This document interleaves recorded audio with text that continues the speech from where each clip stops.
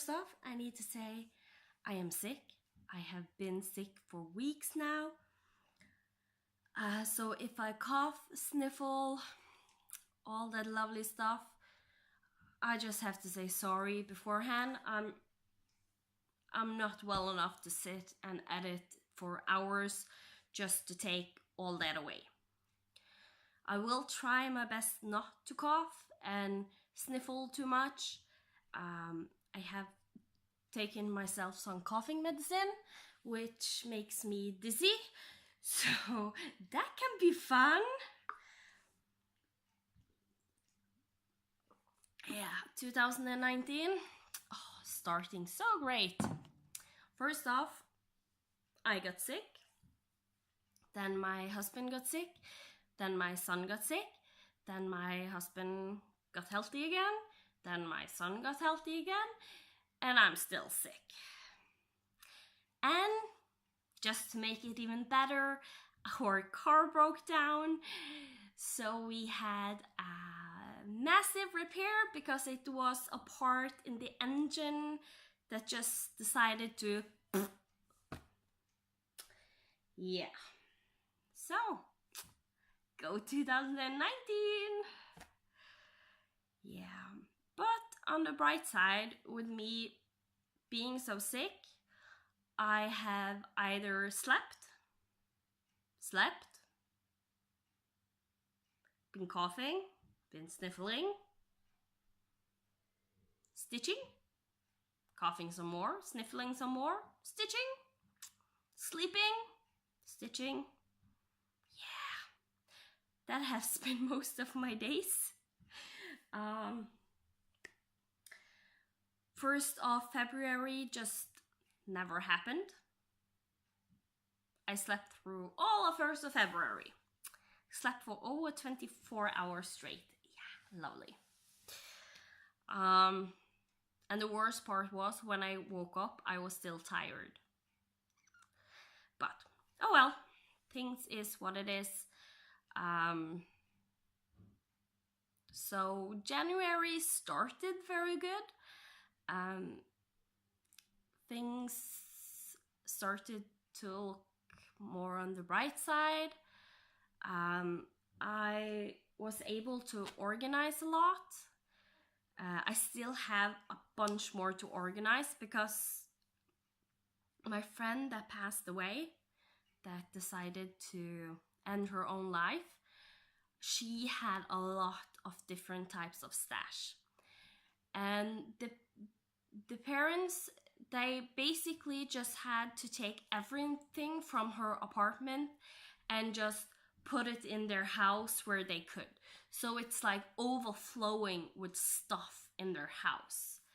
And they're slowly going through getting rid of different stuff like jigsaw puzzles. She had a bunch of jigsaw puzzles, children books, movies, yarn, fabric for sewing.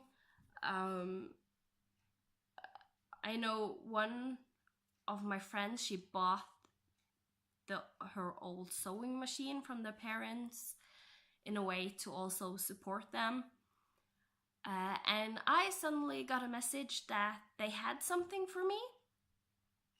So I went over, and the mom there said she could only think of me that they knew about that did cross-stitching. And apparently she had a huge stash of cross-stitching. The fabric, a lot of the fabric had been ruined, the cross-stitch fabric, because of the parents. When they were trying to store everything, something had to be stored in the basement, where it most likely had been a little bit too cold, something like that. So not all of the fabric was saved. I have tried to wash it and see if I could manage to save it. Some is saved, some is not. And there was also a huge floss stash, mostly CXC floss that she probably bought online. And there were also a decent amount of Anchor floss and some DMC. So I am still trying to go through everything. A lot of the CXC floss is like not the real CXC, but an other type of brand, and the numbers that is on doesn't match the DMC colors. So some of them do, some of them don't. So I need to go through everything, find out what color it does match, and see if I can use them, because it's nice having to get some floss and get the use out of it. So, and whips. With my new rotation, I wasn't supposed to have too many whips in a month. And January I had made it so I would have a little bit more than anticipated. And in December, when Vicky from Reading and Stitching, hey Vicky, she announced that after their Jane Austen sale, they were going to have a Harry Potter sale, where they read all the books and do some stitching related to the books. That's at least what they did with Jane Austen. So I was thinking, great, I'm signing up. And then there was announced that we were going to be sorted into different houses. So I went on and I entered my name in the spreadsheet and what preferences I had. Basically, I'm a mix between Ravenclaw, Hufflepuff, and Gryffindor. So on Pottermore, I have tried to take it 3 different times. I had ended up with 3 different results just to see, because I had taken other tests also that show that I am a mix between Raven, Huffledore. But what I am leaning towards the most, and also when I asked my mother-in-law and my husband, they were both agreed that I am most Ravenclaw. So I went for Ravenclaw. And I also feel that is my house. That is where I feel most speak to me. Of course, all of those 3 speaks to me. It just, Ravenclaw has that little bit extra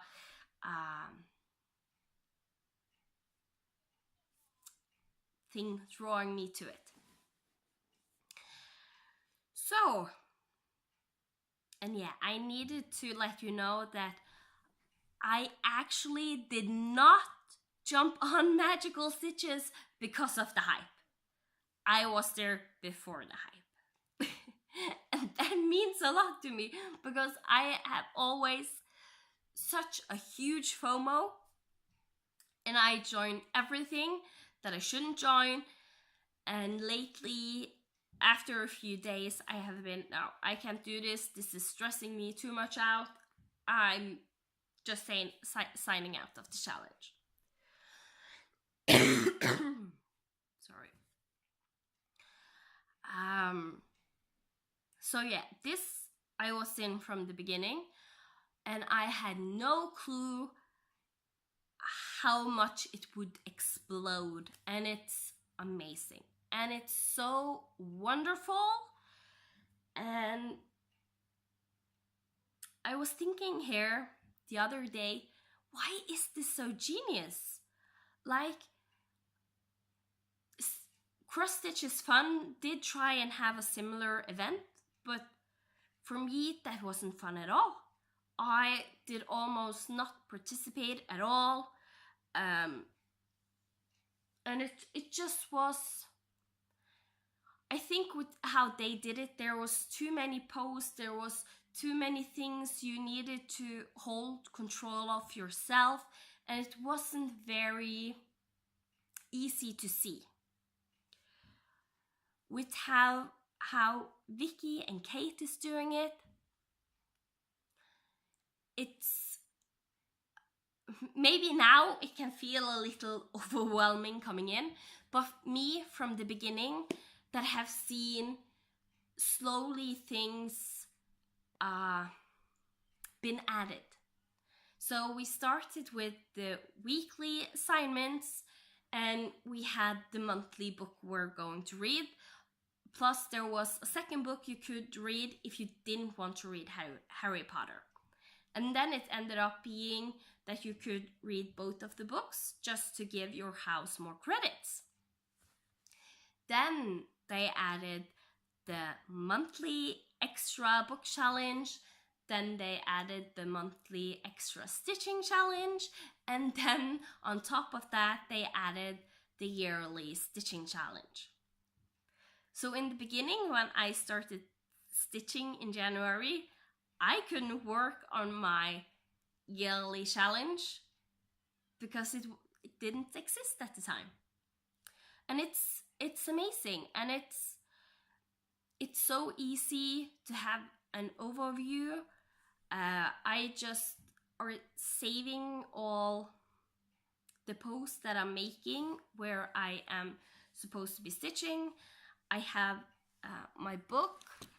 Sorry, you were standing on my book, where I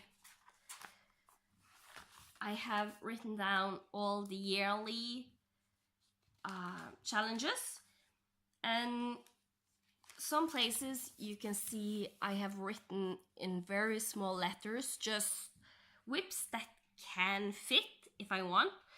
This was mostly just to see that I had a whip for everything if I wanted. And then you can see I have written bigger and a line under an apostrophe. In Norwegian, that is a utropstegn. And that is the challenge is I have signed up that whip and I have completed the challenge. And one of them, this one, you can see I have only written the name big. That's because I have posted that is the whip I'm going to do, and I have started stitching. And since I didn't get the 1000 challenge done before I needed to stop my rotation, I have just written down how many stitches I have, so I know where to pick up from the next time. Then on the back of that paper is all the information for the different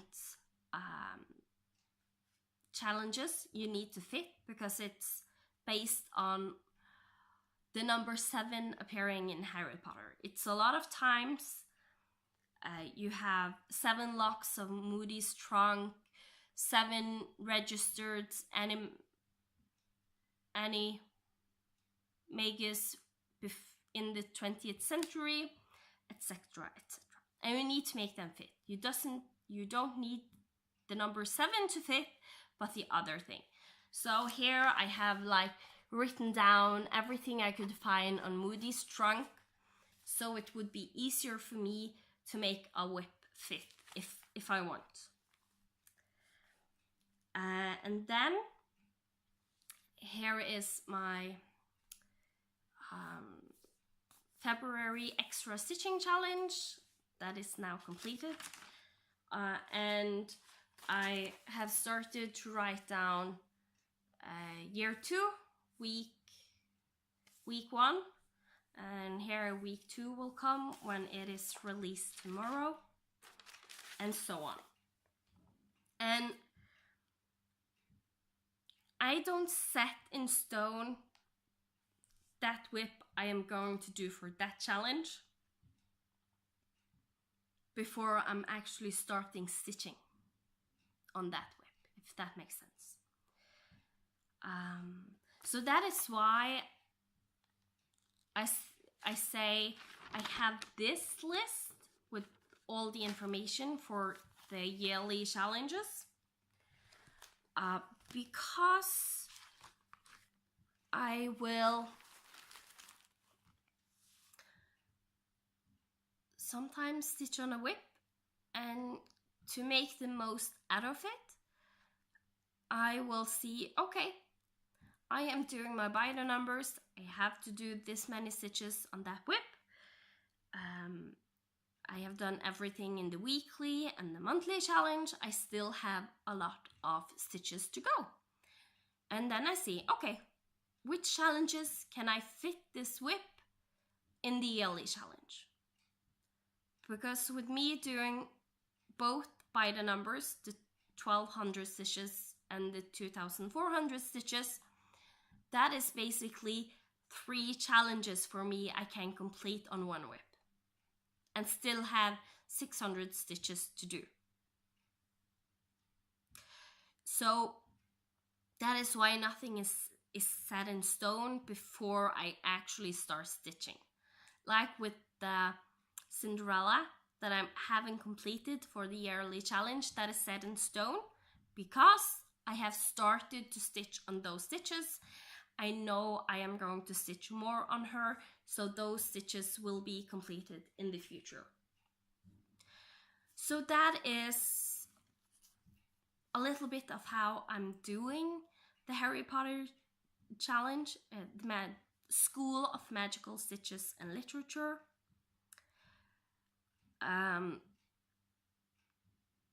So my plans isn't changed that much, but it still ends up being a lot of whips, because if I can't fit the whip I am working on into the challenge, or I really want to do another whip for that challenge, I will. Especially if there is extra credits to be earned, as you will see. I will make it fit so I can get all the credits that is possible getting out of it. And I love this. I absolutely love it.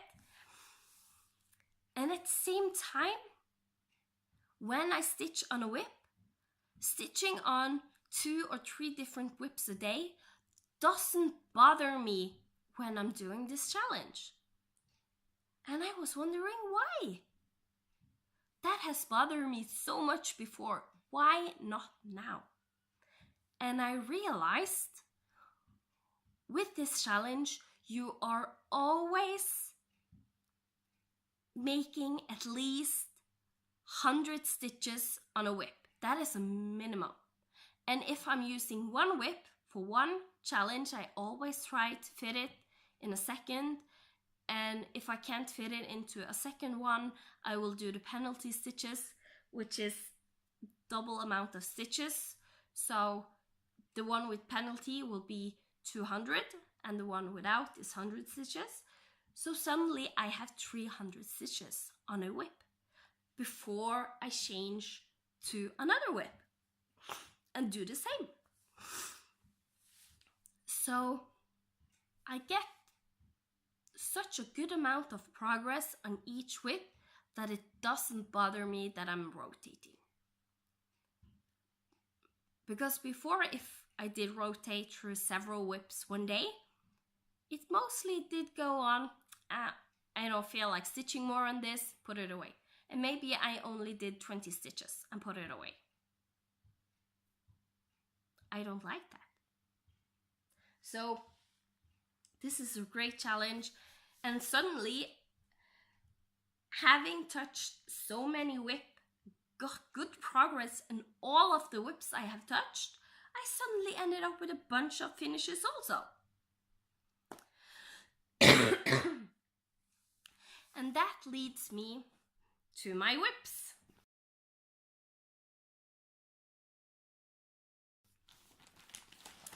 So first off, what I started with was my Lady and the Tiger.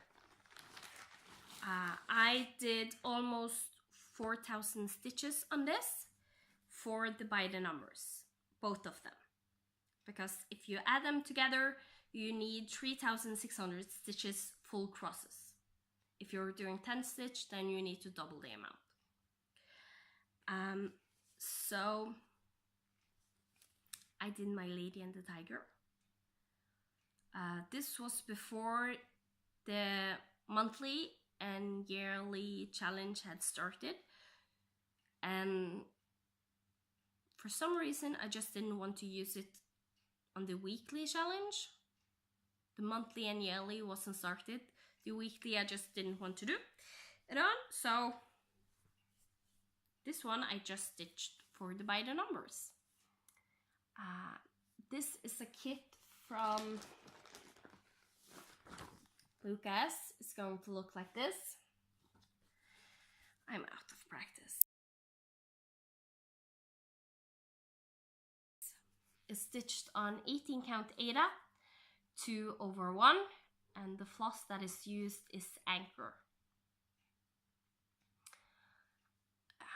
To complete the stitches I needed, plus a little bit more, I stitched on this 7 days, and in those 7 days I stitched almost 22 hours. I'm missing 3 minutes to have stitched 22 hours. And she's starting to look amazing. The first two 10 by 10 grids is done on the whole width. So now I have the whole width and the whole height of the pattern. And she's looking amazing. And this will be one of my focuses going forward, to try and get a lot of page finishes in 2019. I didn't do that for February, more on that when I get there.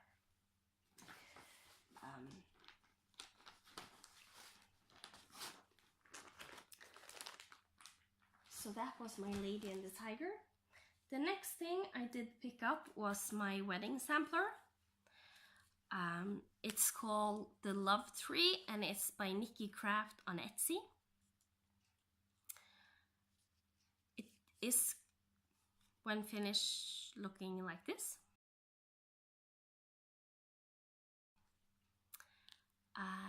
Here I was the last time you saw it.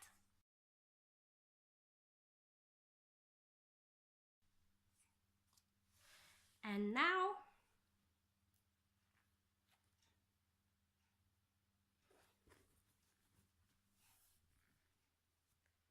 here is where I'm at. Surprise, surprise, I finished. So I started this the 21st of December 2018, and I finished this yesterday, the 9th of February. So today is the 10th. If you, I don't think I said it. In total, I stitched 14 days on this, and I did 30 hours and 41 minutes in total. The grid size is 138 by 166. So if you make it a square, it will end up being 152 both sides. So that put this whip in the medium category, and that category is I have taken from Link is my homeboy, Heather, and I also adjusted it to have an extra small whip, because you basically have she doesn't have the extra small that I made myself, so less than 40 by 40 is extra small, taken from stitch from stash. If you have 40 by 40 or less, that is the minimum amount you get, so I just put that as an extra small. Then 40 by 40 to 100 by 100 is a small whip. 100 by 100 to 200 by 200 is medium, so 152 both sides is a medium. 200 by 200 to 400 by 400 is a large, and 400 by 400 and over will be a extra large whip. So if I remember, at least when I finish, I will try and tell what size it is, because I want to try and keep track of that this year. Not just that I have like 50 finishes, but what type of finishes is it that I'm having? Which one do I not have at all? And so on. So I can see what I need to focus more on. So here it is finished. This last name is a very normal last name in Norway, so you have no clue who it is for. And I just love it. And the only change I did was the color of the hearts. I stitched in DMC Etoile C600. And this is stitched on a 35 count Swigert Superfine Flowba even weave in the color Pale Rose by Extrude Design. And it's a really nice fabric to work on.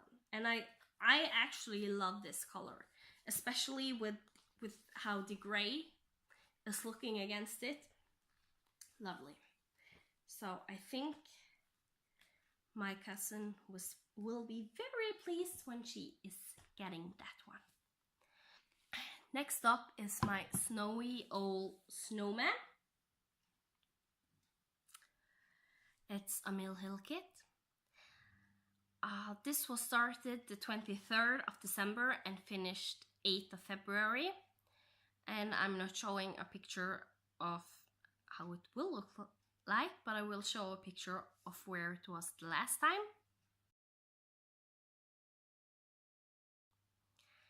And here it is now, all finished. And there is, it's amazing when you suddenly start to count and realize how many beads there is on this one. Because with the beads, I did first like 100 beads for one of the challenges where you were going to use beads or metallics, and I didn't even finish his hat with all the beads because there are so many beads. And I don't know, I have used a lot of challenges to get this done. So, and this one was actually used for the very first weekly assignment where you were to stitch on a project of your choice and do 309 stitches, and that was taken from the calculation of when they start Hogwarts at the age of 11 and did multiply it with something and they got being 309. I can't remember what it is right now. So there he is finished. 12 days of stitching and a total of 19 hours to finish it.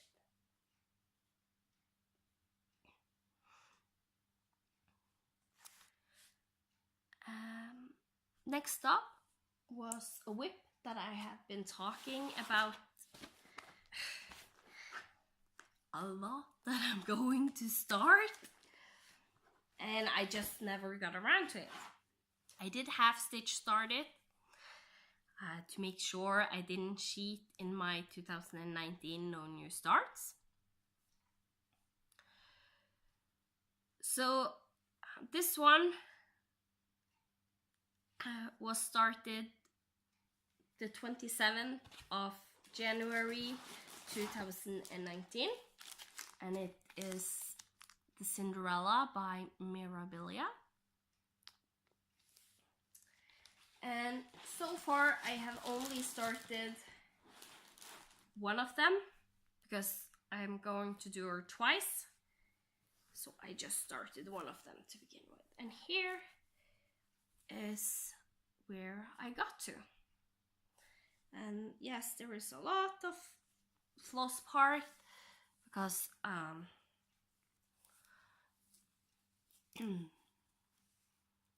there is a lot of confetti in here, and this looked like nothing when I'm up close, and still if I look at it like this, I can see that there is like something there, but I don't see the full details at all. And suddenly when I hold it up or take a picture, it looks so good. It looks amazing. And I, on this, had actually railroad all the stitches, both legs, top and bottom. Mostly because the floss is, it's an old kit, most likely, I believe. So the floss is a little bit old, so it had a tendency to knot a lot. So I frogged the first stitches I did because of all of that knotting. The tension got really bad some places, and so I ripped out what I had done and started anew. And this time I was like, I have always liked to try railroading and thinking how it works, making the stitches lay nicer. Maybe it will help with it not the floss knotting as much, and it did. For me it does help. Railroading both legs made it so there was less knotting to do. So here I am on her. I stitched on her for 5 days and I got 13 and a half hours work on her so far. I'm not at the edge here because this is mirrored on this side, so there is still a good chunk to go, and I'm not at the bottom either, so still working. So next time I will most likely do the last stitches I need for this in the challenge of magical stitches, and then I will start the second whip of this and start stitching on that one. But I really love this fabric and how the colors looks on it. So if I don't like the fabric I have chosen to do, I will most likely buy this color and restart the other whip. But I will see. I will do a few stitches there at especially the border and so on, and I think I can easily see if I like it or not.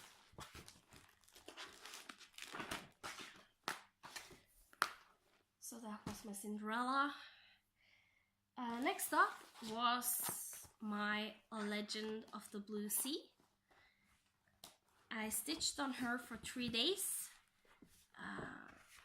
for 8 hours and 17 minutes. And here is a picture what it will look like.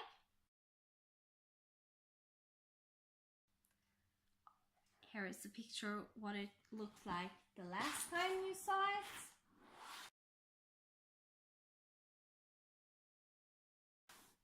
And here is a picture where it is now.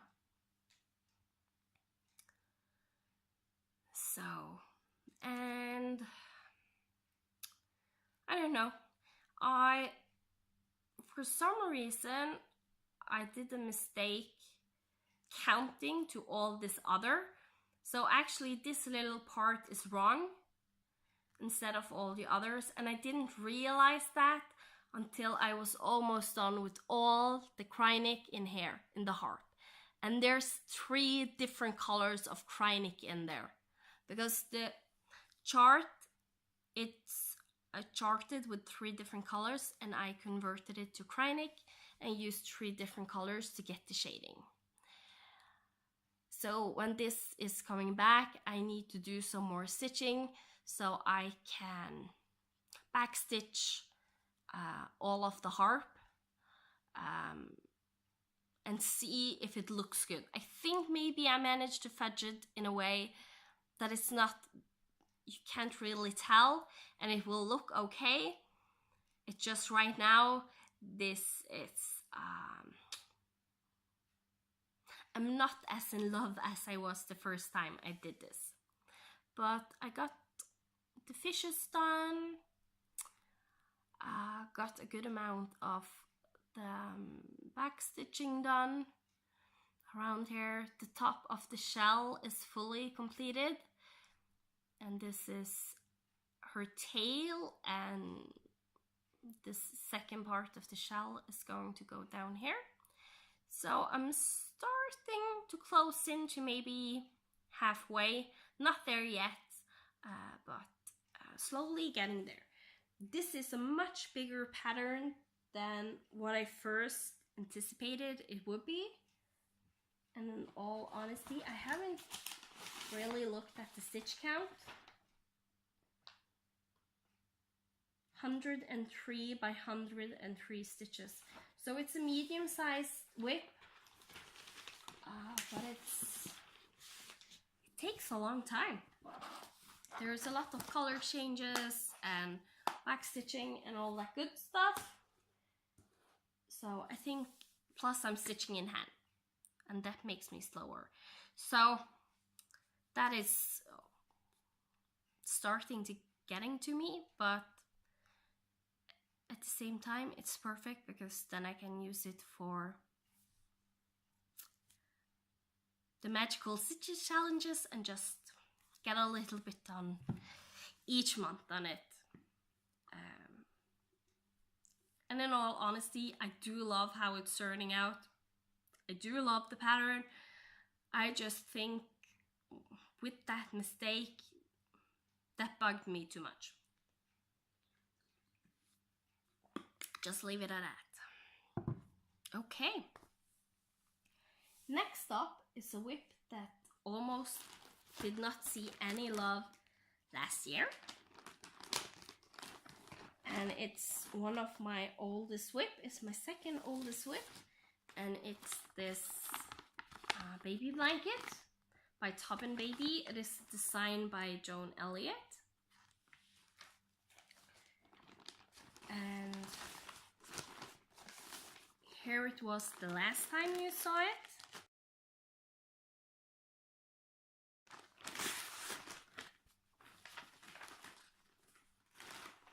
This is a huge one. And if I can find my way to the opening.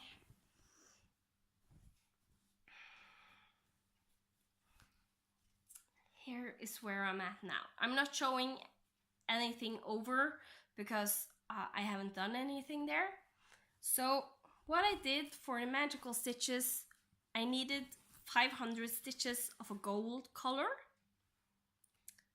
So all this color that is his face and ears, and that is gold colors. All of those colors are, if you go to the DMC, it's called like light gold, medium gold, dark gold, etc. and then it counts for this challenge if it has gold in the name. So it's starting to look really cute. I actually loved stitching on this again, and I think where I started stitching this, I did start like down here with all these stitches, single stitches in a way, and then I did here in the bunny where there is a lot of stitches not being done here and there. That is not fun on printed fabric to do. Doing stitches here where you have stitches around, especially like here in his hand, I did all the stitches on the outside and then just filled in. That is really fun to do, stitching on pre-gridded fabric. So, and there will be a lot of that in this because of this huge moon and that everything is connected. So it's just the border that will be a little pain to do. And my second problem with this is I stitched on it 2 days for 5 hours and 12 minutes. And one of the days I stitched 3 hours on this. And usually that is not a problem, but it made my hand hurt, my left hand, where I'm holding all the fabric, because it's so thick. And I need to try and hold some tension. So when I sit and stitch, I am always like underneath, holding it like this and stitching here to get good tension with the other hand underneath, so it's a little bit stretched just by my hand. And so it's a little bit difficult on my hand. I don't know if I can make it fit into a frame. Maybe a Q-snap can work, so I need to look into that the next time I'm stitching on this to see if I can stitch on it another way that is not so hard on my hand, basically.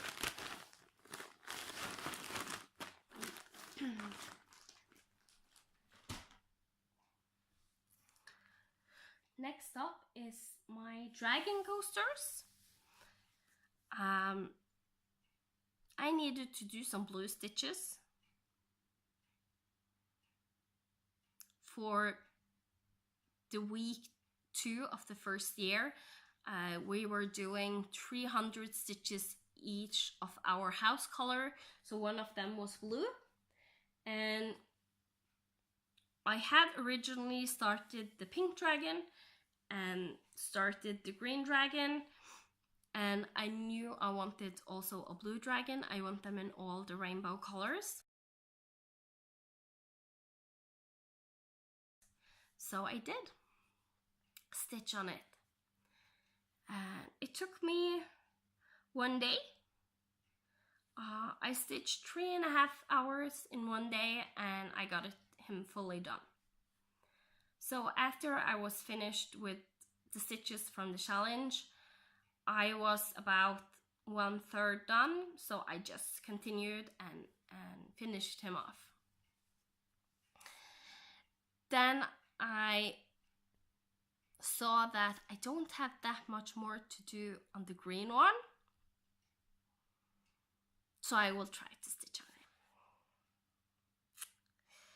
And the green one, it's cursed,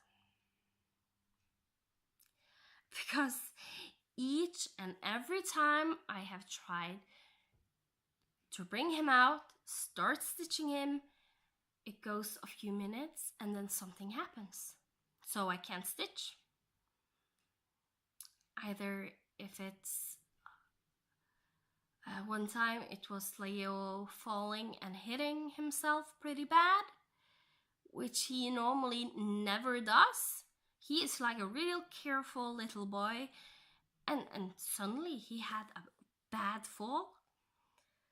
One time I did sit down and stitch for like 15 minutes, and then the power went off in my house. So I had to go and turn it on, sat down, 5 more minutes, the power went again. Needed to find out what was causing the problem, like turning everything off, turning the power on, and I just didn't feel stitching on this anymore, so I put it away. And that's how this has gone. And I had stitched 3.5 hours on this blue one, no problem. Started stitching on the green one right after, 10 minutes, something happens. And I was chatting with Adele and I was like so frustrated. So then I was like, I am just finishing this. If this is going to take me 10 minutes, 8 times I need to sit down today, I am doing it and finishing it. Because I have stitched on him for 8 days. But I have only written down 4 of them as days worked on him. Because as I said, some of the days I got 10 minutes or 15 minutes before something happened. And I needed to put it away. But he's done. The cursed dragon is done. That day it took me 3 sit downs. And the last one I actually got pretty good progress done. I think I did sit like half an hour and then he was done. So these are finally done. And both of these are extra small. The blue one I started the 11th of February and finished the 12th of February. The green one I started the 5th of June 2018 and I finished the 13th of January 19. And I said February, but this was January, I'm sorry. The 11th to the 12th of February. And the blue one, I have the correct time used, 3.5 hours. The green one, I have only registered 50 minutes because he was started before I started recording. But it's pretty safe to say that it's about 3.5 hours on all of these, since that is what I used on the blue one. So they are all finished. Before I washed, I snipped some cuts into the fabric so I know where to cut them to make them fit into coasters. So all I need to do is actually just cut them and put them in a coaster. Maybe find a nice paper, scrapbook paper to have on the back. So I did a lot of coasters for Christmas presents and I really loved it and it's really fun to do. So yeah, and then I can also hopefully do my Biscornu and FFO that one. So this is a priority to try an FFO at least.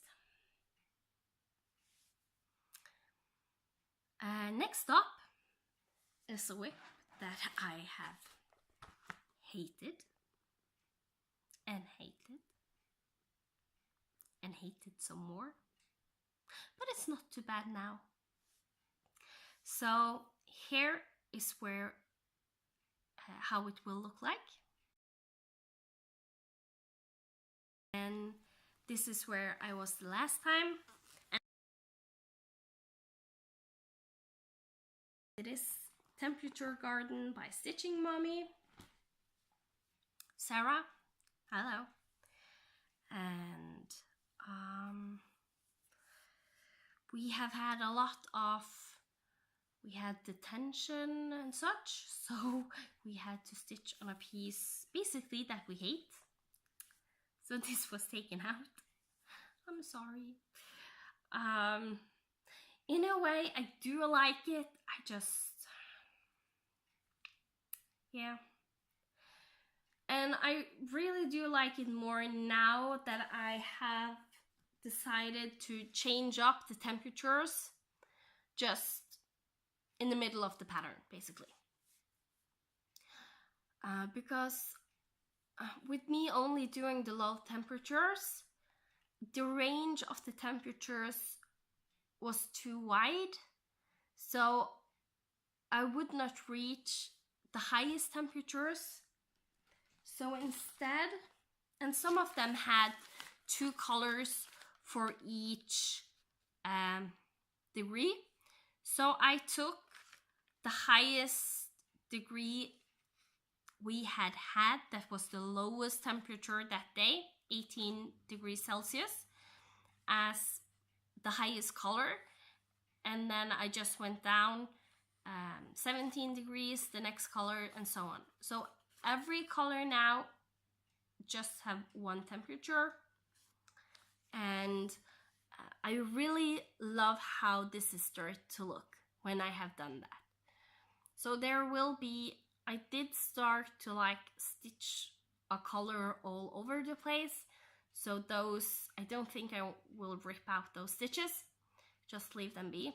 But at least here in the summer months, June, July, and August, we will get those nice colors in. So I do start to like this. There is a bunch of mistakes in the flowers, and I actually don't bother to rip it out and fix it. I did frog something because I did a mistake with the new colors, but that is the only thing I have frogged so far. So I got more of the flower stems done. May month is now complete and have started June, and so yeah, I have stitched on it for 2 days in January and 1 day in February so far, to a total of 6 hours and 45 minutes. So it's gotten some good attention, and it's now that I have written down all the colors with the new temperatures and what DMC color it corresponds to, this is actually much easier to stitch, because if I just stitch the petals on the flowers, I do not need to look at a chart, because I can just look at the previous done flower to see how that petal is done.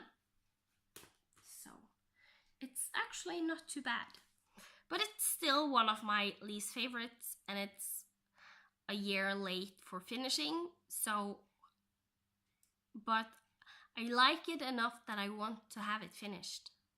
So working on it, and I hope that will be finished this year.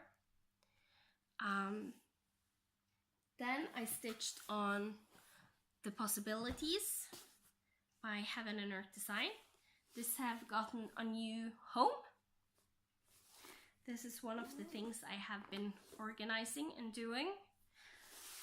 So I now have my fabric here, extra skeins of floss here, and the anchor black, because I am converting all the 310 to anchor black, and all the skeins I have of colors corresponding to the Possibilities that I have in CXC floss I am using.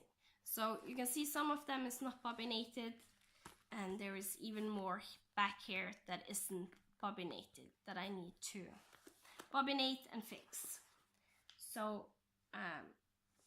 the Possibility is a max color but normal size. So here it will live.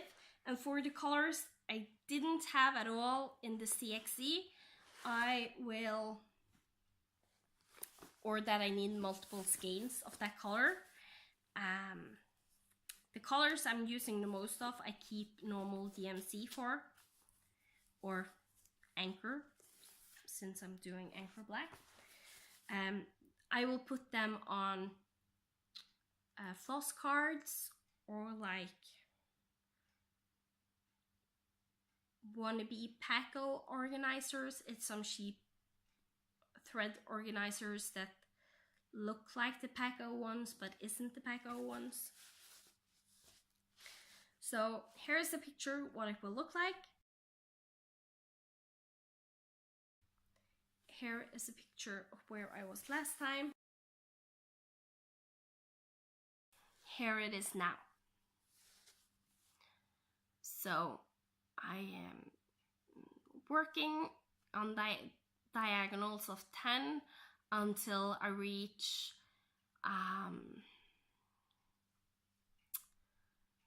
if there's big blocks of one color, I do the diagonals of 10, and when I reach a place in the pattern, like here, there is one right down here also, one of these round green blobs, I am then stitching it my way, the way I normally park, and then I will continue doing the 10 by 10 diagonal until there is more color showing.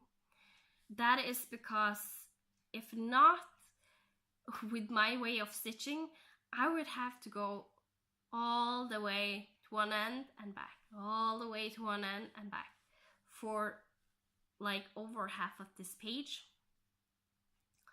I don't want to do that, so instead I'm doing the diagonal 10 by 10, or sometimes it's more than 10, sometimes it's less.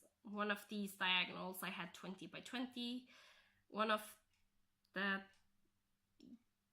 most likely when I have done this blob of green color here and will continue doing diagonal, there is a chance I'm doing 12 in a length diagonal and so on. But I work on a diagonal so I don't get lines, basically, with when there's big chunks of color, big blocks of color, and so yeah. That's where I'm at with that one. I got 1 day of work and I worked for 2 hours. And I think I did a little bit over 400 stitches. It was for to complete some challenges. And that's pretty decent, 400 stitches in 2 hours, because that means I basically did 200 stitches in an hour, and that is actually a good amount when it is a height. But since it was blocks of color, that goes faster. Actually, on my Lady and the Tiger, I had a day where I did the background that is, it's more than one block of color, even though it doesn't look like it.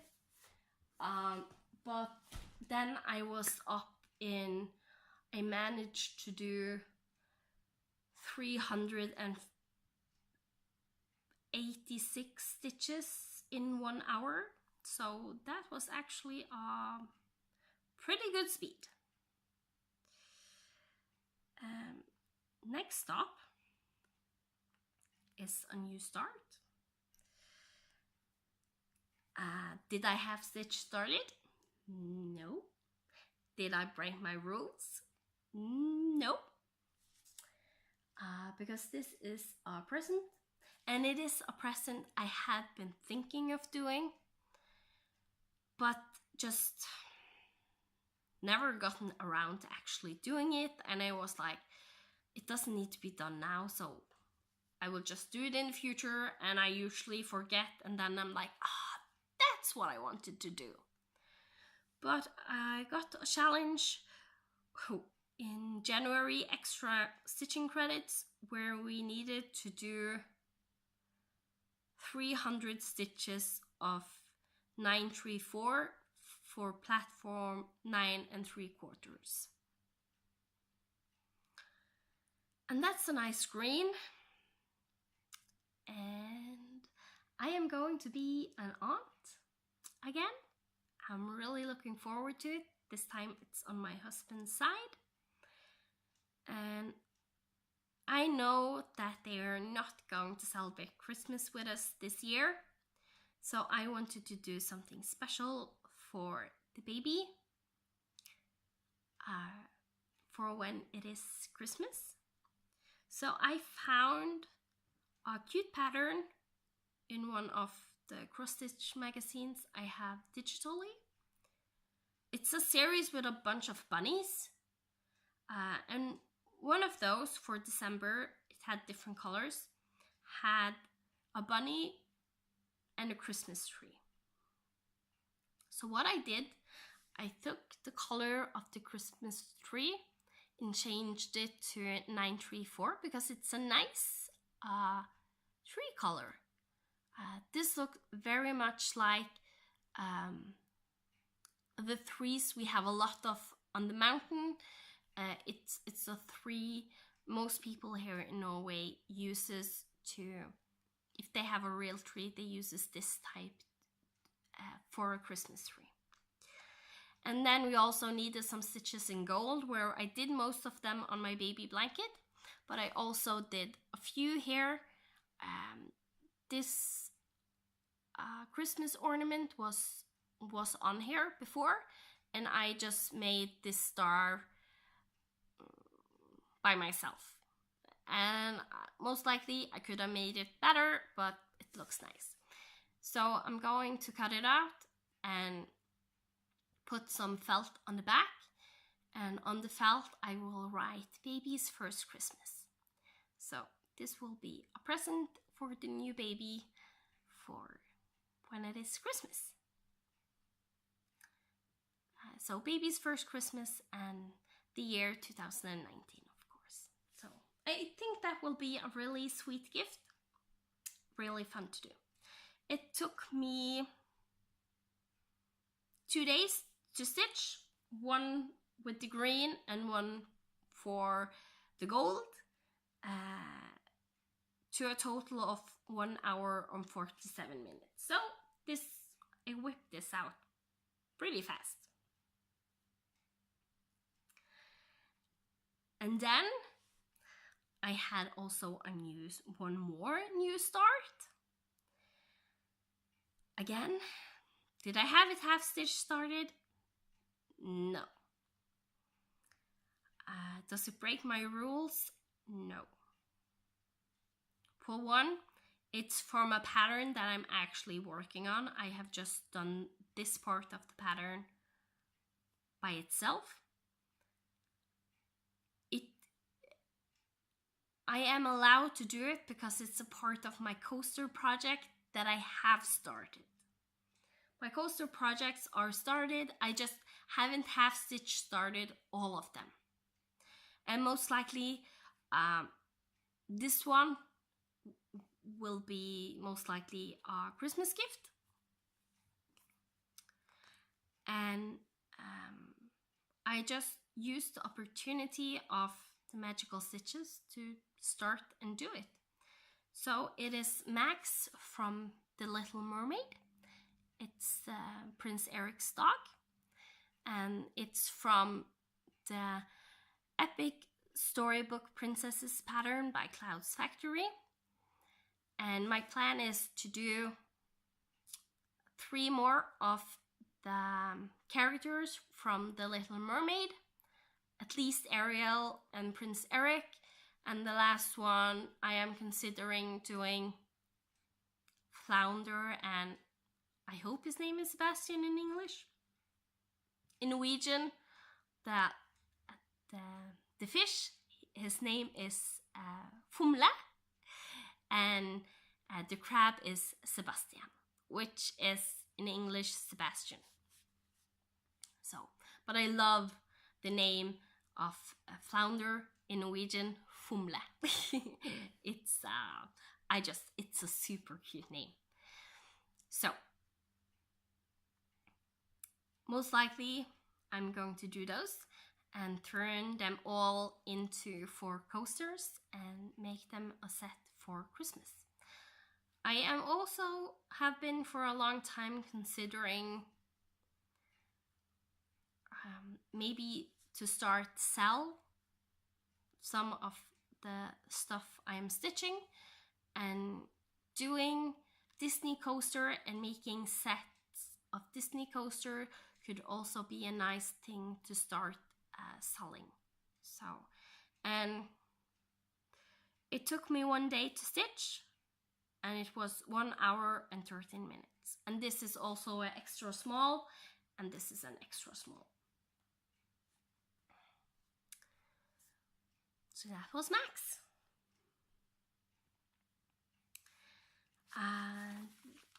Then we are over to February. Some of the ones I have showed you, I have stitched and finished now in February. My wedding sampler, Snowy Old Snowman. So the ones I am showing now, I didn't touch in January, but I have touched in February. And in February, Adele, known as Delicate Stitches here on Flosstube. She is the admin of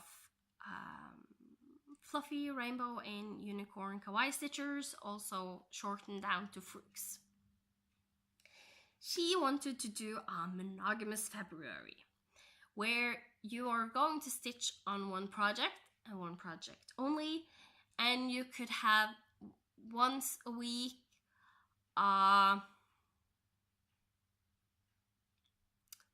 free day where you could stitch on one other whip that you decided to stitch on. And then I wanted to join, but I can't just do one whip because of the magical stitches. So I got special rules made for me, where I was allowed to, for the magical stitches, if I only did the challenges and then went back to my monogamous whip, that was allowed, and I didn't have that cheating day. So, and for a long time now, especially since I finished my dragon coasters, actually since I finished my QS Huggable in September, I have wanted to start a dragon pattern. And me and Adele was talking and joking, and we found out that she is my pink dragon, because she is born in the Chinese year the dragon, or we found out that she actually wasn't, or if she was, I don't remember right now. And one of her favorite colors is pink, so she is my pink dragon. And then it suddenly hit me that one of the patterns I recently bought is me and Adele, because it's this pattern.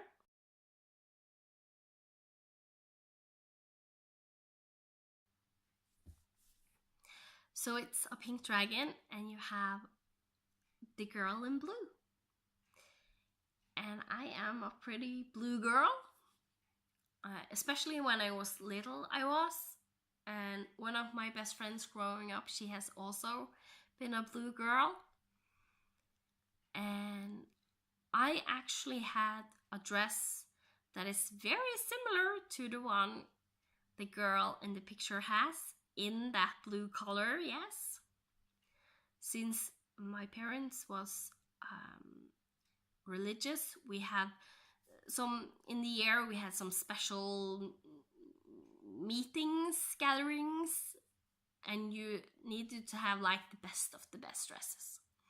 So it was very dolled up time where I used a dress like that. And my best friend that I, growing up, she has also had one of those dresses. So that pattern is basically Adele and me,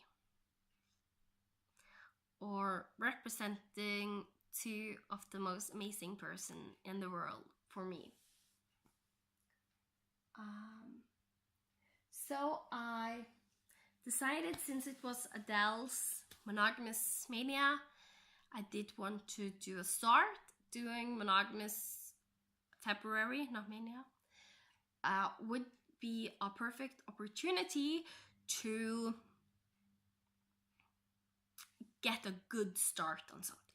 Because one of the things I have decided, if I am starting anything, this was previously half stitch started, just as you know, I'm not breaking any rules for my no new starts. I am going to do it, give it a good amount of days. That is why I haven't started my Cinderella before now, because I knew if I did start her, I would only get 1 or 2 days, and that's not acceptable. If I'm starting something new, it's going to get a good amount of days, at least 4 or 5 days, and hopefully even more. So I then decided to start Fantasy World by Hade, artwork by Elena Lazareva. I hope I'm pronouncing that correctly. And I started this the 4th of February because since I was sick, I hadn't stitched almost at all before the 4th. It's on 20 count easy grid Ada, and I'm doing it 1/1 full crosses. And I have a black dragon and a pink dragon for Adele, black dragon for me. I can be very black.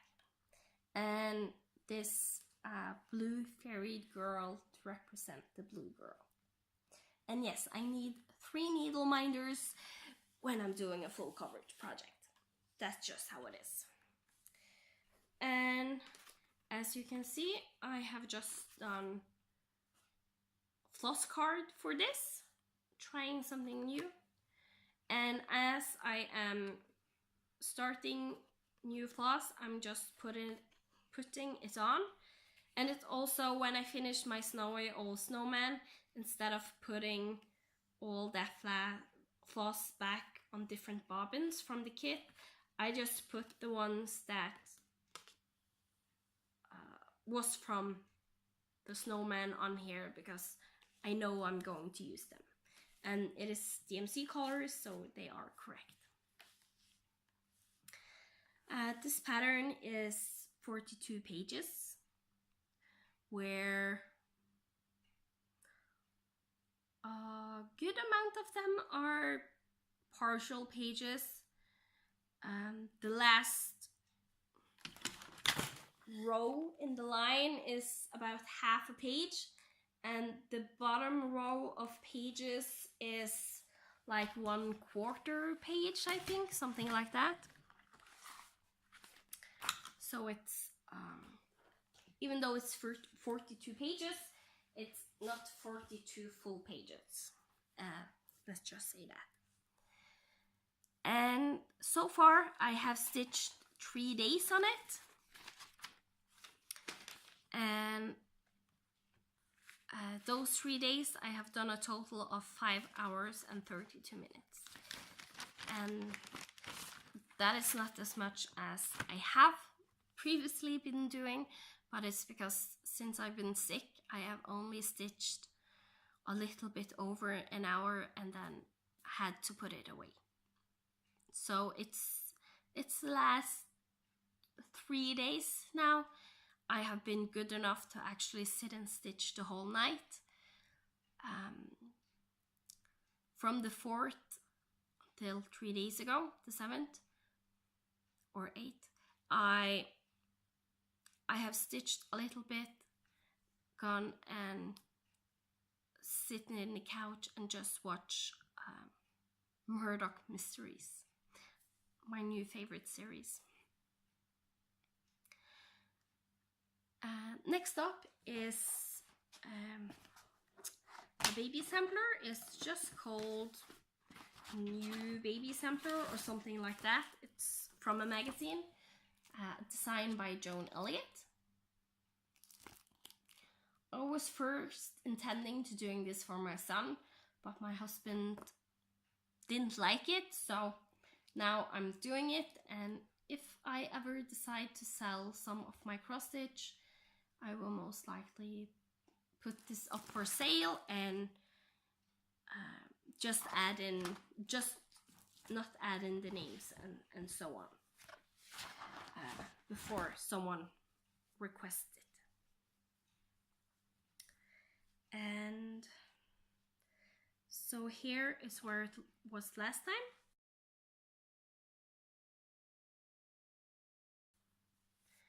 And here it is now. It's stitched on a 32 count Murano even weave. And I'm stitching 2/2. Yes, 2/2. And I actually love how this is turning out. It looks so cute and I love the colors. It really is nice. But since I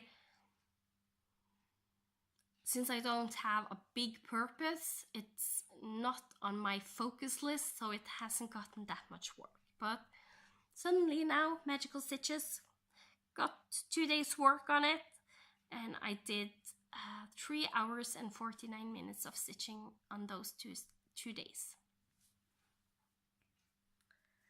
So, and as you can see from the before and after pictures, you actually can see a big difference in the stitching, even though I only have stitched 1, 2, 3 days. So it is pretty significant, at least for me. Then I have pattern with 3 figures that is already cut out because I stitched them on plastic canvas. It's the starter Pokemon for Generation 2. It's a test stitch that I did for 8-bit stitch, or K Warning on Twitch. 8bitstitch.com is her page where you can buy her patterns. She also has a Patreon. That is K Warning, I think, her Patreon name. And the lowest tier you can support on Patreon gives you one of the Pokemons from the first generation each month. So this it was partially started before 2019. I started it fully on the 7th of February and finished 8th of February. And this is a small pattern, all 3 together. I could do them individually, especially from Stitch from Stash. It would earn me $1 extra, but I just take it as one since it's one pattern. And I did it on plastic canvas and cut them out. And now I'm either considering,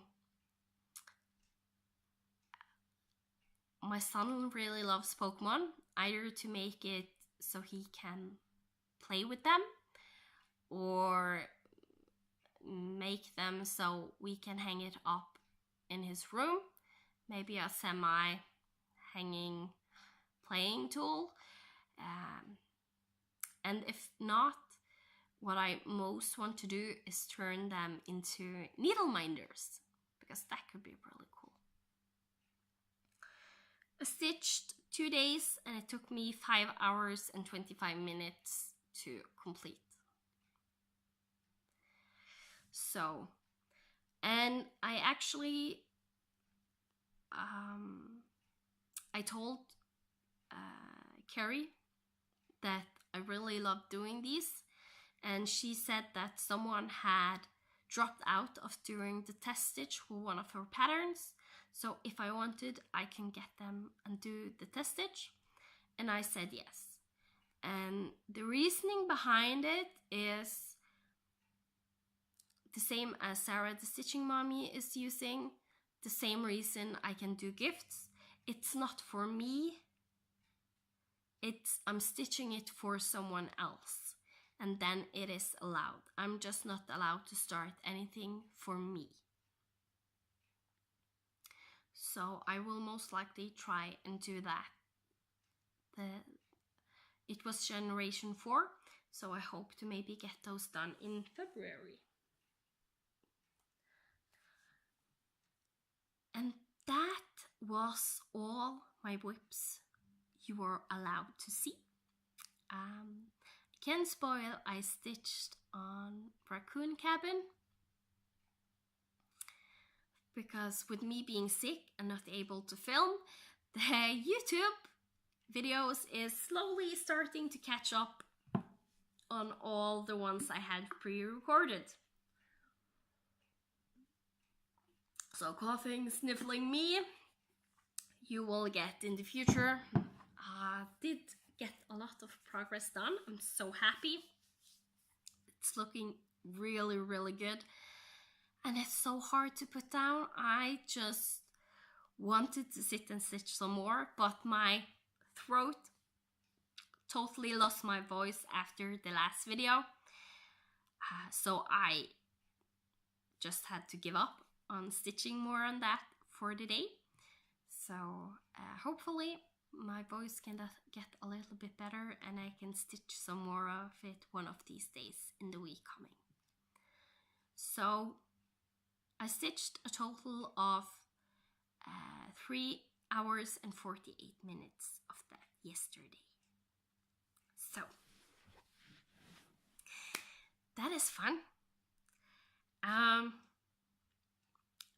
This is a long one. I hope you have found drinks and stitching and something to do, because you're getting a Rita Marie stitching adventure video.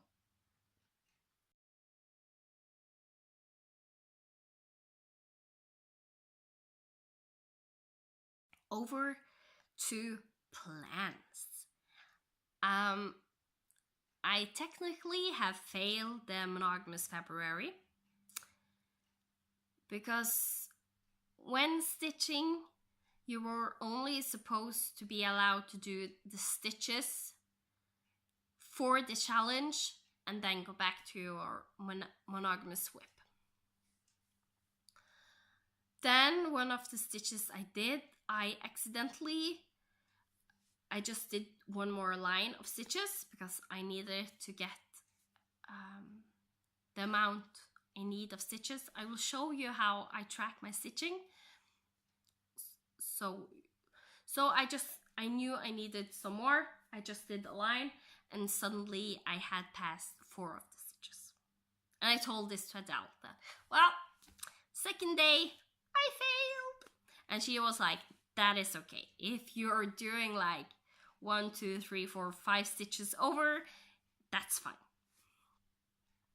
And then when I worked on my love tree, my wedding sampler,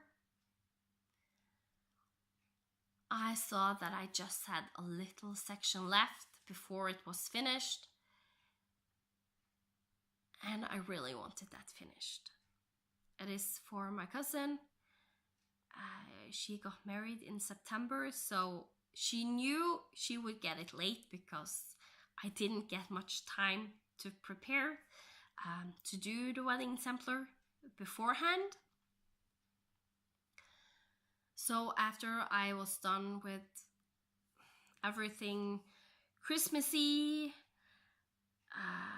and most of the turbulence of Christmas was done, I had previously kitted it up, and then I went back and re-kitted it up and found a pattern, a fabric that I'm ended up being really happy with. It's perfect for her.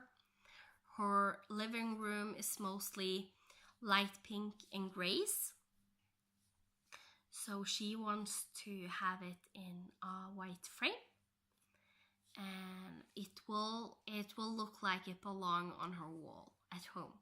It really will. So I'm glad that I used that fabric. Changed in the last moment. It's not an opalescent that I first wanted to do, but you can't get everything in life. So I went rogue and I did those stitches. And this time it wasn't just 4 or 5 stitches over, it was 30 stitches too much. So I know in a way I have failed. But I will still sorry. I will still try and do the monogamous February going forward. But previously I was only going to do the weekly and the monthly extra credits. And the yearly challenge I would just wait with. I pushed the last days of January to get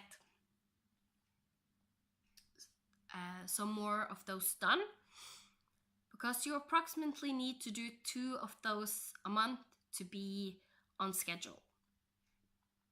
So that is why the Cinderella got started, but I didn't manage to finish those 1,000 stitches. I'm over 1/4 done, so it's fine. So I will still try and do monogamous February. And for one, I need it for the by the numbers. It's in all 3 by the numbers, all 3 full coverage fanatic challenges I am doing. I'm doing the 1,200 stitches, 2,400 stitches, and the monthly themes. And this month was fairy tale and fantasy. And I think my dragon will go under that category.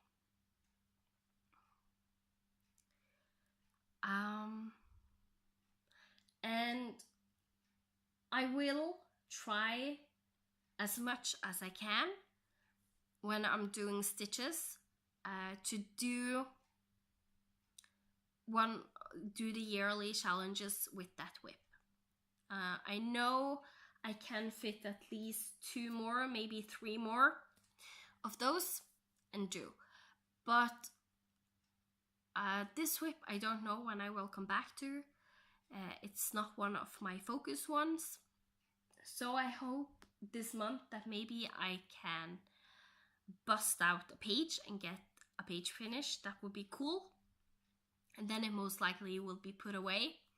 So I'm not going to start it with 1,000 stitches challenge that I know I will not be able to complete. And depending on how fast I can get those stitches that I need done and get the page done, when I have reached that goal, I will most likely switch to something else. But I will do that when that time comes. I might even be in the mood to continue doing some more on it. Who knows? So, and going forward, each week we get the weekly challenges. So I will try and make my fantasy world fit those challenges, and if not, I will do some other whips, stitch on those, go back to fantasy world, and continue stitching fantasy world. And I am done with the monthly challenges, so that is out of the way. So now I am a little bit more free. So I still have the books to do. I haven't read all the books. I have finished the Harry Potter that I need to do, Chamber of Secrets. I haven't done the one for if you don't want to read Harry Potter. That has become like an extra challenge you can do monthly. With it's a vehicle on the cover. I am going to read Pacific Vortex by Clive Cussler. It's the first book in his series with Dirk Pitt as his main character. And I have read a bunch of Clive Cussler's books before, especially the ones with Dirk Pitt. I think all of them is Dirk Pitt. But I have never started from the beginning. So my plan is actually to start from the beginning and slowly work my way through all of its books on audiobook. Because when I sit and stitch, I also listen to audiobooks. Sometimes I watch Murdoch Mysteries because I am addicted to Murdoch Mysteries. And I will also say that Kingdom Hearts 3 came out in January. So there is a lot of my husband playing and me sitting beside him stitching a little bit. But in all honesty, it's not much because he is terrible at finding those emblems. So I feel I need to constantly look at the screen and be like, there's an emblem, there's an emblem, there is an emblem. So we get most of them. We haven't found all the places. My hubby want to go back and do that later, but we have at least done all the treasure chest and all the words until now. So if you play Kingdom Hearts 3, you know what I'm talking about. If not, you're probably looking at me like I'm a weirdo. But that's fine. I'm not a weirdo. I just love achievements and trophies. I am an achievement junkie. Yep. It was not good when I was playing World of Warcraft. Just saying. That percentage of achievements I had was insane.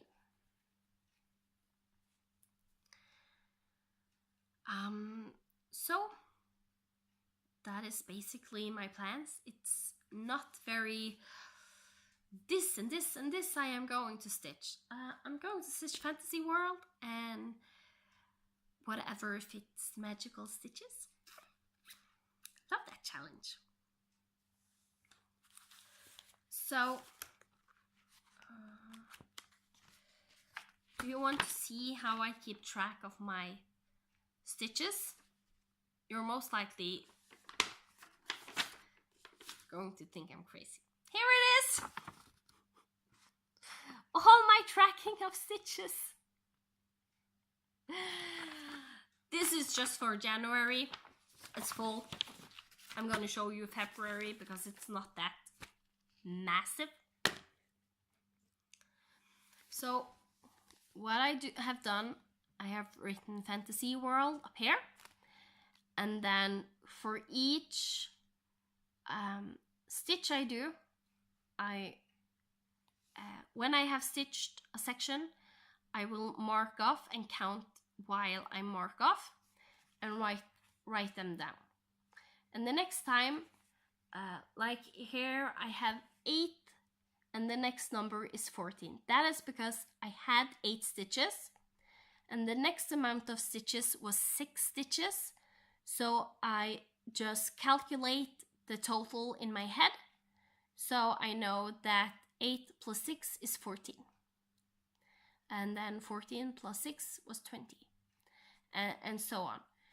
And when I have reached amount of stitches that completed a magical stitches challenge, I will do underlining, so I know I had exactly 200 stitches before I continue stitching. And sometimes, like here, this can be very difficult to see. I write very small. In a parentheses, I have written the number 200. So I know from here on, I need 200 more stitches to complete the challenge. I was on exactly 400 stitches, the parentheses, and here I am at 600 stitches. And I actually had 4 stitches I forgot to count, so I did count those and mark again 604 stitches. So the next challenge is if I am going to do 1,000 stitches challenge, yearly one, I will do a parentheses 1,000, and I will continue counting from this. So here I have 604.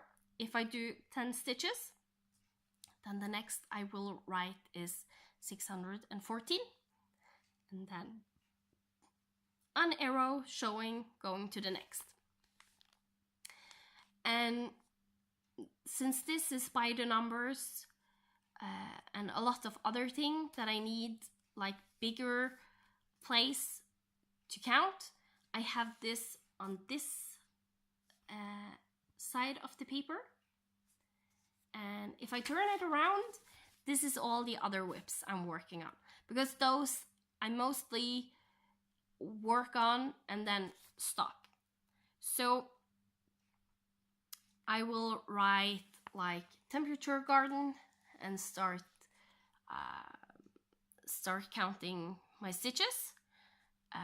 Sometimes I will write and like say the name temperature garden, do a parentheses how many stitches I need, and then do. So I just have it on the paper how many stitches I need to reach. And some places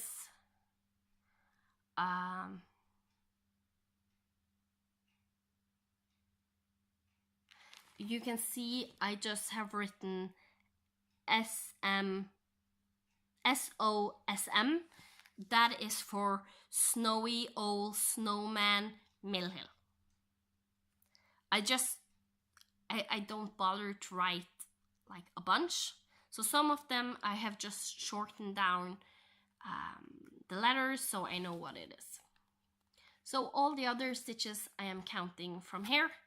So the last thing you could see me stitching was my wedding sampler. And this is a little bit special because I did do the 500 in parentheses, and you can see I ended before I reached 500 with this whip. So over the wedding sampler, I did plus and write down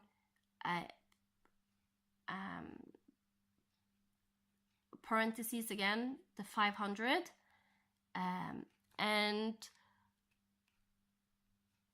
I think I have taken it away, but I had a number just written under here that was 385 because that was the amount of stitches I was missing from 500. If you take 115 and subtract for 500, you get 385. And then I just started stitching until I reached that number, and then I went over. And then the whip was finished. So that's where I ended it.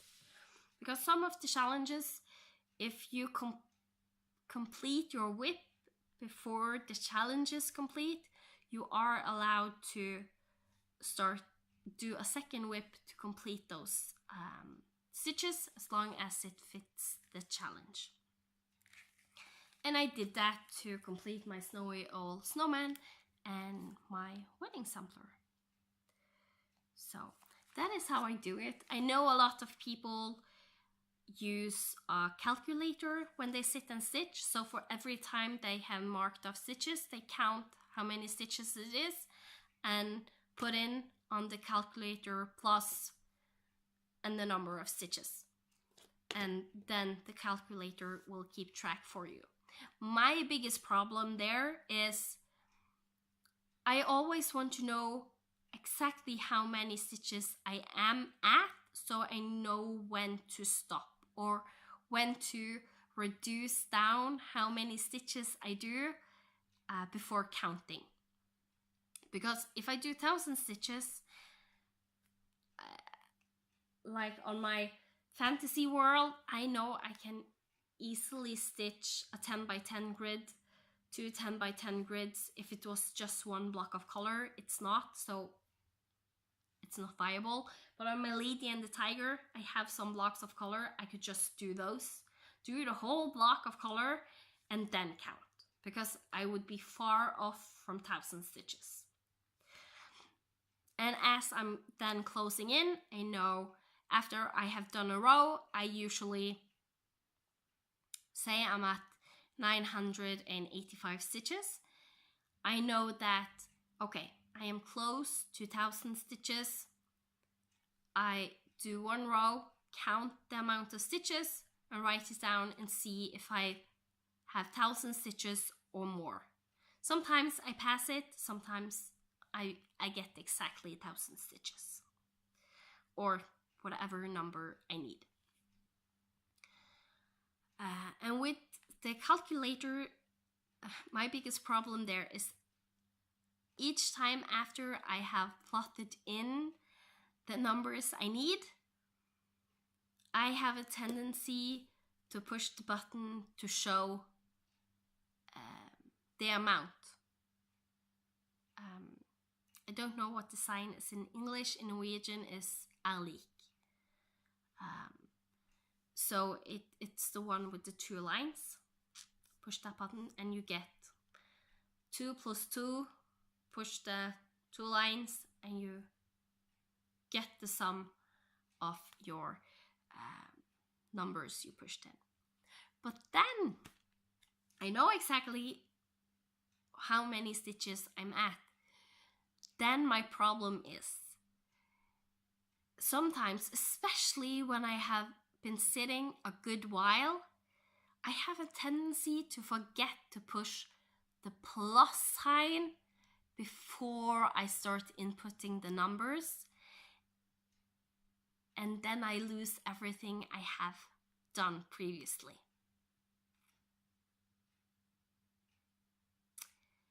So, pen and paper, just do the calculations in my head work much better. I always know where I'm at, and I will never lose track of where I was. And also with this, sometimes if I have forgot to write down the numbers, or because I was such in a hurry I wanted to do more stitches, I usually can see the difference in number, how many stitches it was. So if the last one was 8 stitches and I knew the one I was supposed to have was 12, then I know I haven't added those 12 stitches, so I can add them in. So that's how I do it.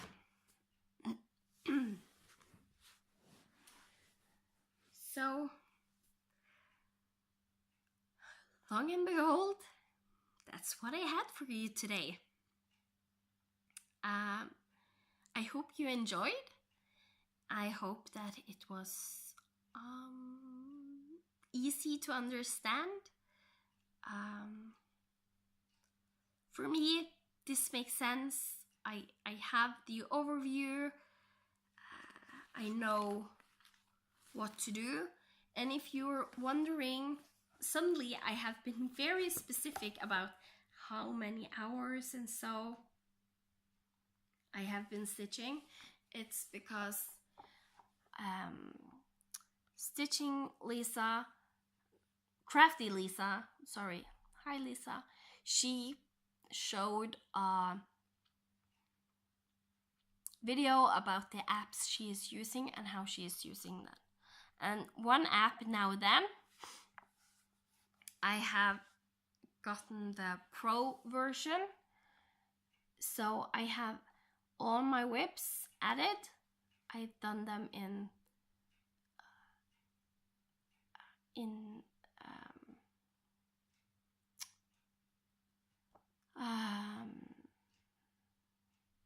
from when they are started. They are correct to date from when they were started. And the top one is finishes. And I can go in and I have under categories 2018 and 2019. And go back. So here I have all my whips. And if there is a whip that I am sitting down stitching, I just push this play button. And when I finished, I just push pause. That wasn't recorded because it wasn't long enough. You have to have over, I think it's 10 seconds for it to start counting. I can also, if I have forgotten to add some stitches, go in and add it here.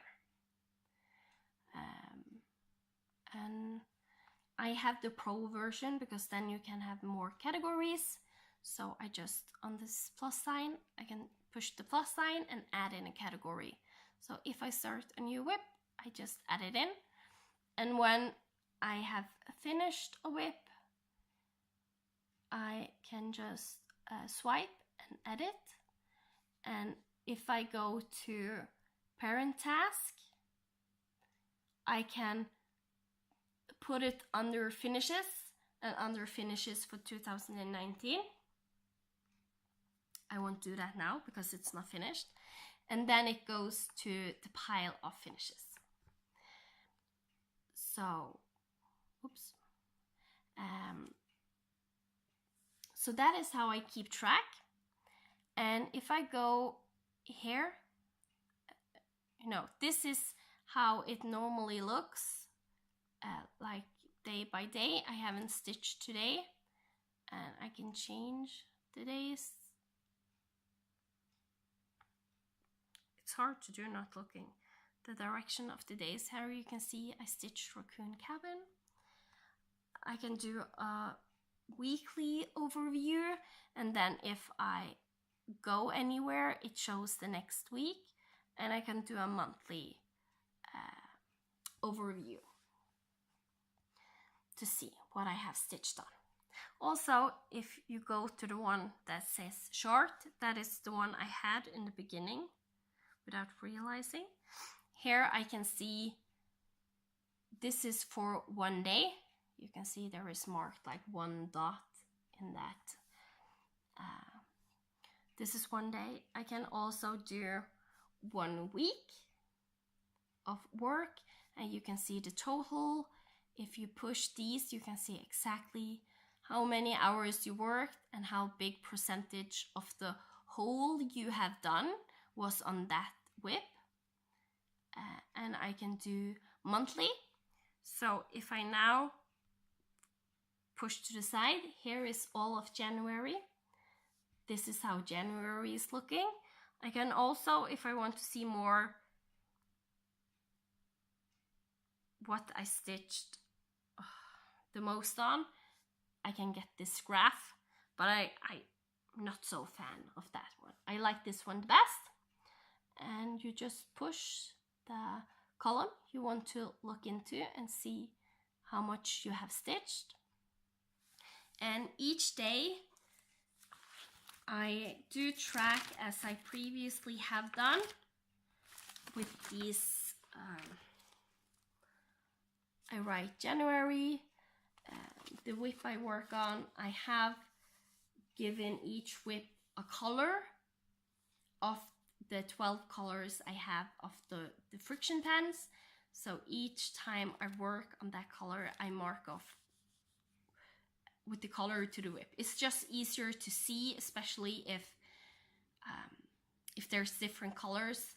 It's easier to see that it's different whips being worked on here and here. if this was the same color, it can be a little bit tricky, at least for me, I had found. So, and with this tracking app, if I forget one day to mark off which one I have stitched on, I can just see day by day, go to the daily one and see what I did work on and mark it off in my here. So here I track the days and here I track the time. It's a really nice app, and I can also go to yearly when it comes to this diagram. And if I then push this arrow, you can see it's now 2018, and here it's all the results from 2018, and it's a pretty long one. And that is just what I did record in 2018. I started recorded in September. So 2019 will be really exciting because I am it's a year where I finally will try and record all year everything I do stitch and how much I stitch. So that's fun, and it gives me an idea of how slow I am, how fast I am. I have already discovered difference in if I'm listening to audiobooks and stitching. That is the same as if I don't watch anything and sit and stitch. It's actually better because I focus better when I have audiobooks on my ears, on my headphones, the noise cancelling headphones, and that gives me a lot of stitching. That is the best way for me to relax. So it's a really good way for me to sit and stitch. If I sit and stitch and watch TV, I can see a little bit reduction in my stitching, my average stitching.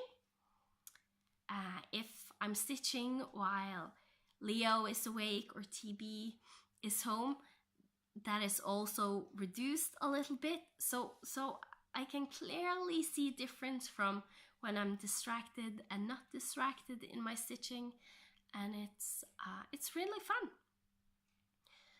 So I didn't want to track how many stitches I did this year, so I actually haven't written down everything.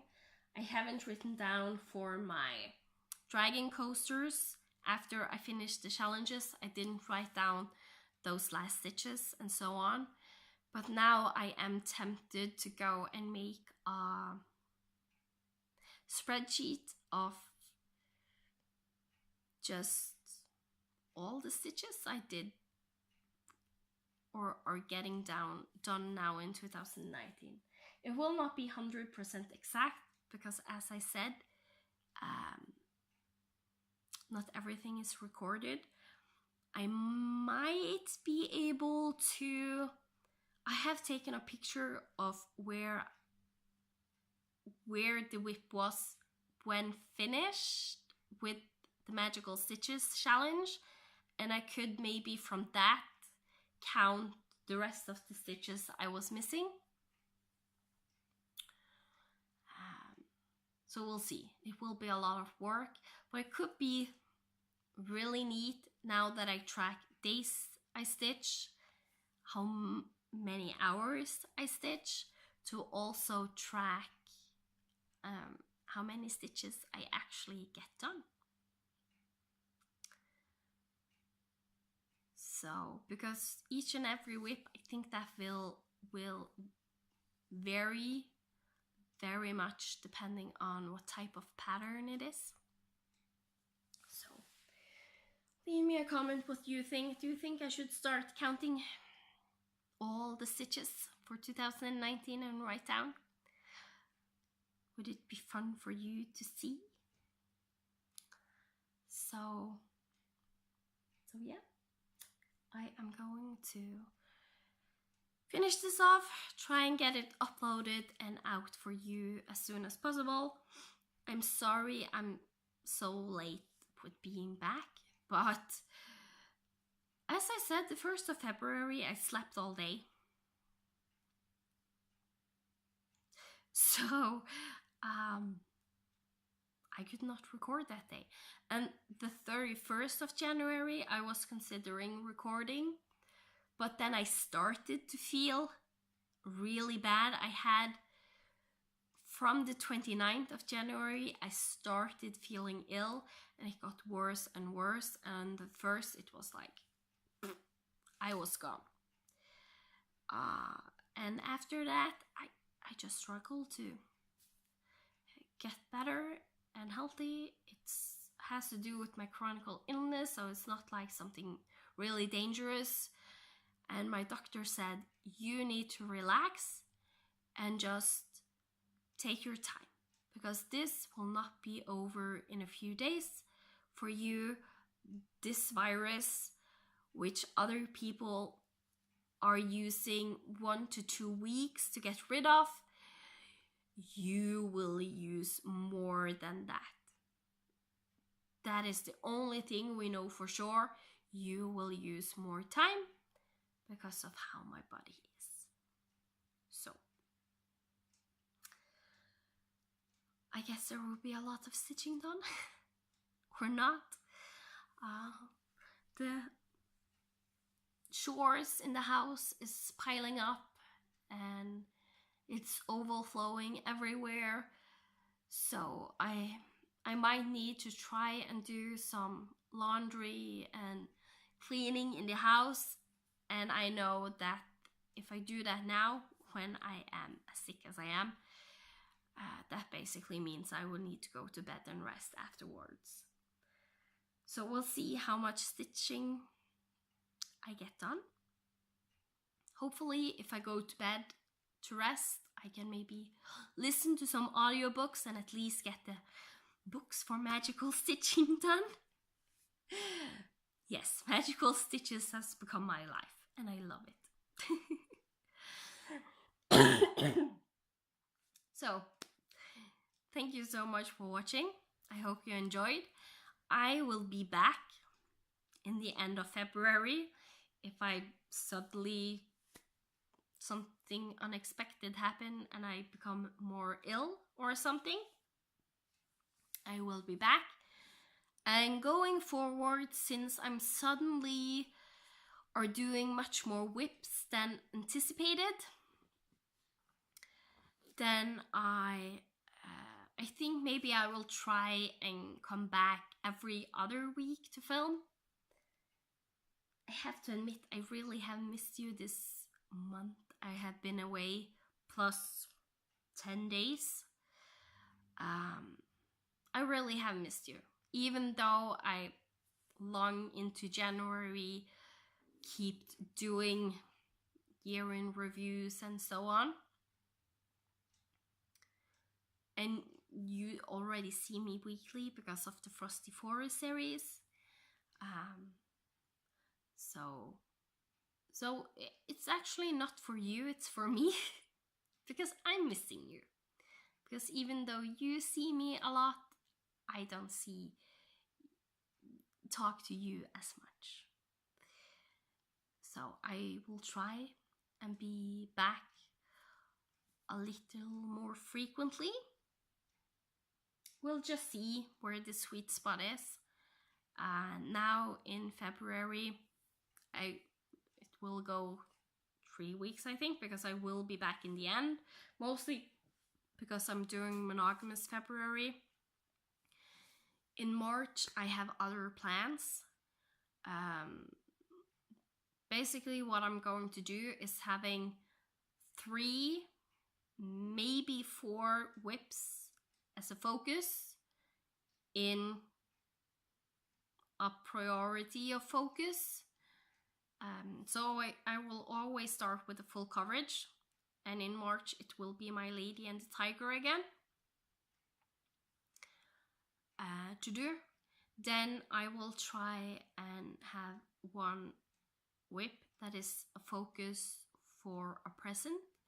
So I have some baby samplers I had planned to do. The person doesn't know about them, but I want to do them. I also am thinking of making a baby sampler for my new niece or nephew. And I have the Lion King that I'm doing for Leo, and so on. And then I have joined the Stitch 9 challenge. 3 of them are done. My wedding sampler, Snowy Old Snowman, and the starter Pokemon Generation 2 was 3 of them. The other 6 is fairly bigger pieces. So either I will do Stitch 9 or I will do a Mirabilia. Most likely the Mirabilia, because I do want to get those done. And in a way that is also a gift, since I'm making one for me, but I'm making one for Stacy. That is at least the plan to do. So yeah, I'm rambling on now. Thank you so much for watching and supporting me. I hope to be back in the end of February and not coughing, not sniffling, and having my voice fully back. I can at least hear that I'm not back to full with my voice. I have lost it a few times these past couple of weeks. So we'll just take it as it comes. But it's really fun to be here again. I love the new year when it comes to CrossFit challenges. And I have to say, there are so many challenges I did not do, because I considered doing the Stitch Talk challenges, the 100 Days of Hate, the Stitch Around the World. She has a bunch this year. I did not join those because I knew I wanted to focus on my Lady and the Tiger and not the Hate, because that group is, you have to work on a Hate. Then the Celtic cross stitchers, they are having like a Celtic sprint, and there is a bunch of others, and I decided not to do that because it just did feel like too much pressure, and you could do multiple whips, but I didn't find a good way to do it, and it just would end up become a lot of posting.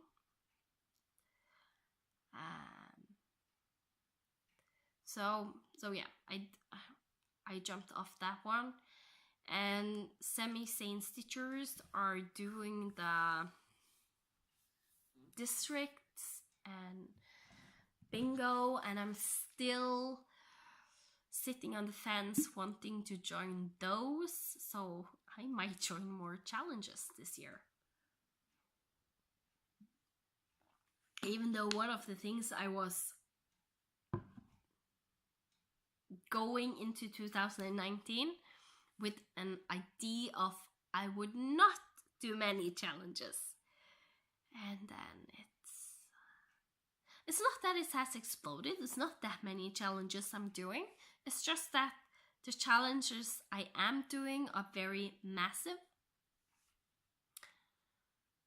So yeah, we'll see. Cross stitching is fun. And one last thing I forgot to show you. When I am choosing my whips for the Magical Stitches challenges, I have this book where I have written every whip down in chronological order. Here you can also see the color again that I have signed, and this is pages and what pages I have done. Just a little bit, not much info here, but a little bit. And as I finish them, I just cross them out. So for most of the time, I will look at this list. If it doesn't fit anything, my monogamous whip or one of the whips that I want to focus, I go to this list, say stitch something with words, and I will go down from the top and find the first one that have words. So that's Be Inspired. So I will write that down as one of the ones I am going to do. But since I had another category that did fit my Joan Elliott baby sampler, I just write JA so I know what baby sampler it is. I did that instead of the Be Inspired. And like this, I do continue. So stitch on your least favorite whip or a whip that was in prison. I go down. Okay, this one. And with those least favorite, I usually just look at this first page and pick from this first page. So it might be one of these, or less, in a way, less, I like less, but since I have had these for so long, that gives a little extra for me not liking them. So this is how I'm doing that, picking my whips. And that is, if not, there is, if I didn't do it this way, I wouldn't remember I have Joan Elliott baby sampler, because I haven't stitched on that very much, and so on. And sometimes what I will do, if I don't like with the Be Inspired, I also did go to the next and the next and the next and just write a shortened version of the names of everyone in small letters. So I knew I could change it up a bit if I wanted, and to see if there was one project that did fit more than one category, etc., etc. So that I wanted to show you how I'm doing that. It's a fairly easy, low profile way to do it. So if I don't have a whip that fits, that I'm currently working on, or is in my rotation, then I use this one. And now, since I have managed to film some A to Z Stitch with me with the Frosty Forest, look forward to a lot more fun episodes of the Frosty Forest. So it's, yeah. February is going to be a good month. Even though it started like crap, it's going to be a good month. So, thank you all so much for watching, listening to me, rambling along, being here, being my friend, likes, dislikes. I take everything. I'm just glad to get your attention, even if it's a thumbs down, even if it's a thumbs up, even if it is a comment. So thank you so much, and I will see you all later. Goodbye.